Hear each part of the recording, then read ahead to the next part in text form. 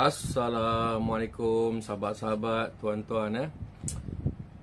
Pakcik nak ceritakan tentang modification yang mana mungkin ramai yang tak tahu, tuan-tuan. Tentang kaitan di antara combustion pattern dengan piston design. Jadi mostly isu ni banyak terjadi pada enjin-enjin lama lah. Kalau korang pakai 4G15 enjin ni sangat ketara. Jadi pakcik kita R&D lama enjin ni, kita pun cuba usaha keluarkan power yang banyak. So kita tengoklah exhaust system, kita dah tengok cam, kita dah tengok everything, kita dah tengok dan saya nak ceritakan yang tak pernah saya ceritakan kat dalam ni, tentang combustion pattern yang berkait dengan piston design. Okay. Dekat Power Zone actually kita dah R&D lebih daripada 4 piston 4 piston Doom untuk NA, yang mana kita dapati setiap piston yang kita buat improvise, kita dapat keluarkan power. Secara teori orang tahu compression ratio untuk NA kita naikkan, that's mean kita gains power. Tapi ramai orang tak tahu engine 4G15 ni combustion dia lain, tuan-tuan. Combustion pattern dia lain daripada engine lain. Okey, dia punya spark plug duduk di depan. Kalau kita menghadap kereta daripada depan, radiator tu, spark plug dia duduk kat situ. Maknanya dia duduk bersebelahan dengan exhaust valve. Jadi korang perasan dekat bahagian spark plug tu dia ada macam bukit tinggi. And then dia punya spark plug pula duduk dekat situ, yang mana di hadapan dia adalah dua intake valve yang berlainan saiz. Jadi saya ceritakan sedikit rahsia yang kita rasa dah tiba masa kita share lah, tuan-tuan. Pakcik akan ceritakan kenapa kita share. Okey, jadi bila kita pakai dome piston, tuan-tuan, kita pakai dome piston,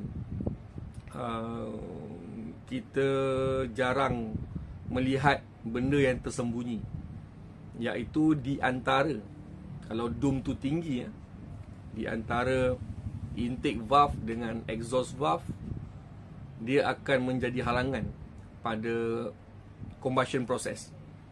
Maknanya spark plug yang duduk di sebelah exhaust tu akan terhalang untuk dia bakar bahan api secara sempurna untuk bahagian intake, sebab dia duduk di antara. Dome tu duduk di antara, sebelah sini dia ada intake valve, sebelah sini dia ada exhaust valve. Jadi spark plug pula duduk di sebelah sini kan. Jadi bila dia spark, sebelah sini dia kurang berlaku proses pembakaran yang baik.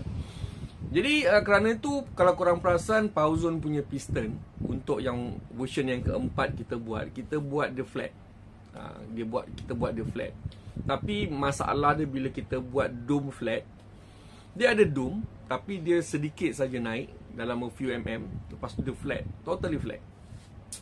Jadi bila kita buat dia flat, dia tak setinggi dome yang macam piramid, kita akan ada masalah untuk kita naikkan compression ratio. So apa yang kita buat, kita kena ukur secara tepat di antara piston dengan clearance dengan valve pocket. Adakah perlu kita buat valve pocket? Sebab apa? Kita nak elakkan buat valve pocket supaya kita dapat compression yang tinggi, dan supaya kita boleh improve dia punya proses combustion. Dia lagi flat, kalau boleh tak ada valve pocket, maknanya combustion proses tu lagi baik, tuan-tuan. Jadi untuk itu kita orang ukur secara tepat. Kita dapati untuk cam kita 288 yang paling tinggi tu, yang lift 11 lebih tu, valve lift 11 lebih tu tak kena. So kita tak buat dia punya valve pocket. So kita hanya buat valve pocket sebelah exhaust saja, tuan-tuan. Okay. Ini makna kita dapat naikkan compression tu lebih tinggi sebab kita tak buat valve pocket. So dia naik lebih kurang dalam 12 compression ratio lah. 12 compression ratio ni, tuan-tuan, untuk kereta on the road dah dikategorikan sebagai sangat tinggi, tuan-tuan. Sebab kita tak akan pakai racing fuel. especially untuk engine underscore 4G15 dan more underscore bila korang pakai stroker 1.6 daripada wajar ataupun Kempro. Okey, untuk buat piston pula tuan-tuan, untuk kita study pasal piston, kita nak study pasal combustion, ada beberapa benda kita kena tahulah. Salah satu yang tuan-tuan kena tahu ialah squish area ataupun kita panggil quench area. Yang ni banyak main peranan untuk keluarkan power apabila kita nak memahami proses dia punya pattern combustion dan piston, dan kita nak buat improvise pada piston tu.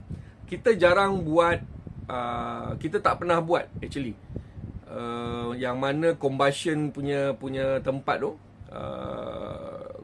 kita tarah ke kita potong. Ada setengah workshop, kebanyakan geng-geng Saga Cup yang saya dapat tahu dia tarah, dia buang mana yang timbul ke dekat area spark plug tu.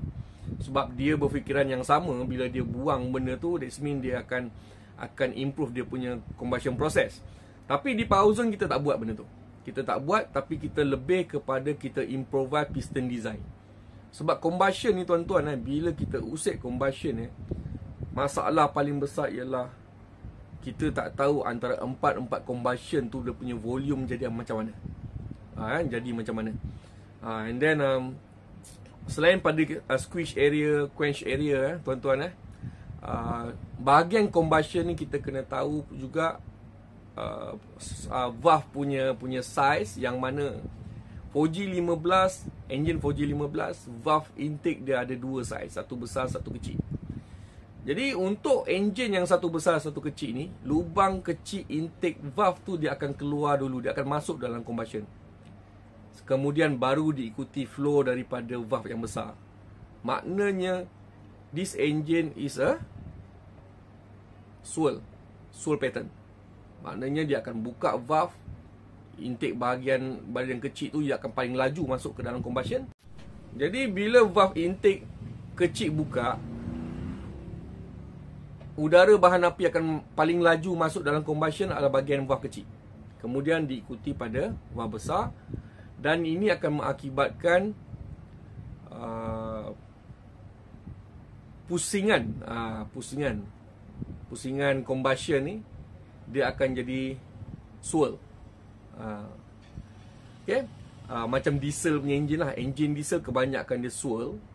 Dan kebanyakan engine baru, modern engine yang dia compression NA duduk kadang-kadang 10, kadang-kadang 10.8 tapi dia still menggunakan piston yang dish, macam IV, macam engine Toyota baru ataupun engine L15 Honda.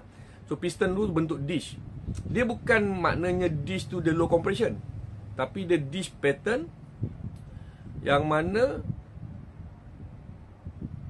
udara yang masuk ke dalam tu dia akan berbentuk swirl. Dia akan bentuk swirl macam diesel lah.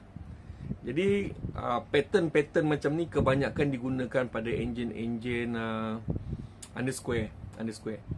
Jadi bila korang dah tahu engine design, pattern macam ni, apa yang korang perlu buat ialah macam mana korang nak sesuaikan dengan cam yang korang pakai, intake manifold yang korang pakai, dan exhaust design yang betul.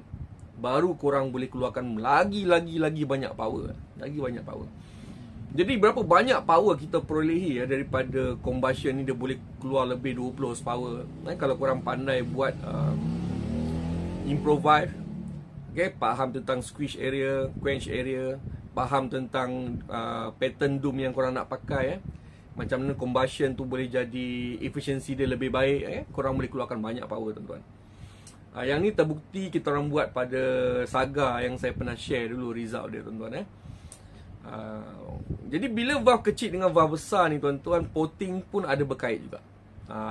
Maknanya potting head ni dia kena tahu engine yang swirl yang swirl, so dia kena ada potting style swirl.